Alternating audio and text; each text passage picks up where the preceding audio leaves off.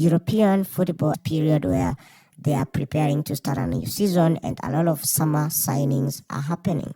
And superstar footballers are currently on holiday. A lot of them, I've seen Haaland, one of the superstar footballer, on a yacht. I've seen a lot of them basically enjoying their time during this holiday. But for Kylian Mbappe, the story is different. The young man, the superstar footballer from France, Kylian Mbappe, decided to visit his father's native Cameroon. And I know there have been a lot of media stories and speculation that Kylian Mbappe has refused to renew his contract with his current club, PSG. And there is a talk that he wants to go to Real Madrid. Others are saying that he wants to sign for Arsenal. No one knows for sure. But Kylian Mbappe arrived in Cameroon to an ecstatic welcome from fans last Thursday for a visit that includes charity work with deaf children and a trip to his father's village.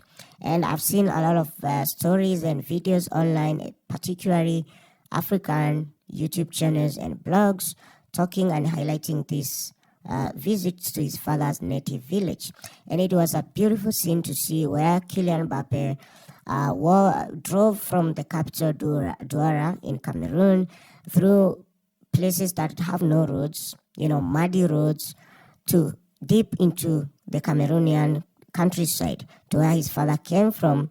And it was beautiful scene to see because you could see the young man, very humble, not the guy you would expect, a superstar, someone who has won the World Cup and one of the best footballers out there, one of the highly paid football stars, driving all the way deep into Cameroonian jungle to trace his father's village. And he looked actually not out of place, but he looked like someone who's used to coming there. He looked like people from around there in, traditional regalia. And he went to this meeting with the villagers. There was a lot of speeches being given about the work he intends to do there.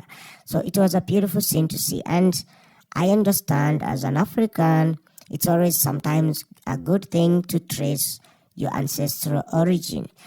Oh, I feel proud now for me to be here, to be in the country of my origin, to be with my family, to see all the people there, and they show me some love. They show me all the thing, and I'm really grateful for everything. Today was a great day. Yesterday was even better. So I'm so happy to be here, and I hope to enjoy my day and the day after.